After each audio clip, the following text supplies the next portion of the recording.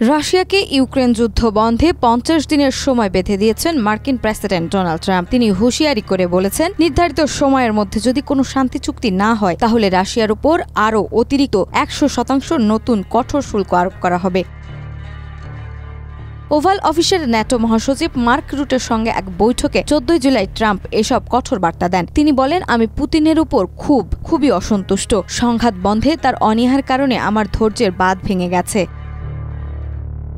এ সময় ট্রাম্প আরও জানান, ন্যাটোর মাধ্যমে ইউক্রেনকে নতুন করে অস্ত্র সরবরাহের পরিকল্পনা নেওয়া হয়েছে এবং এর আওতায় যুক্তরাষ্ট্র থেকে বিলিয়ন ডলারের সামরিক সরঞ্জাম প্যাট্রিয়ট অ্যান্টি ক্ষেপণাস্ত্র সিস্টেম ইউক্রেনে পাঠানো হবে।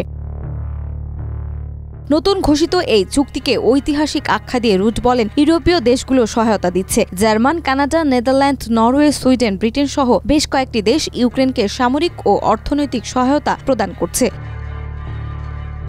ট্রাম্প বলেন, আগের চেয়ে এবার ইউরোপীয় মিত্ররা বেশি সক্রিয়, যা দীর্ঘদিনের এক অভিযোগের অবসান ঘটিয়েছে। তিনি দাবি করেন, পূর্বে ইউক্রেন যুদ্ধের বোঝা যুক্তরাষ্ট্র একাই বেশি বহন করেছে।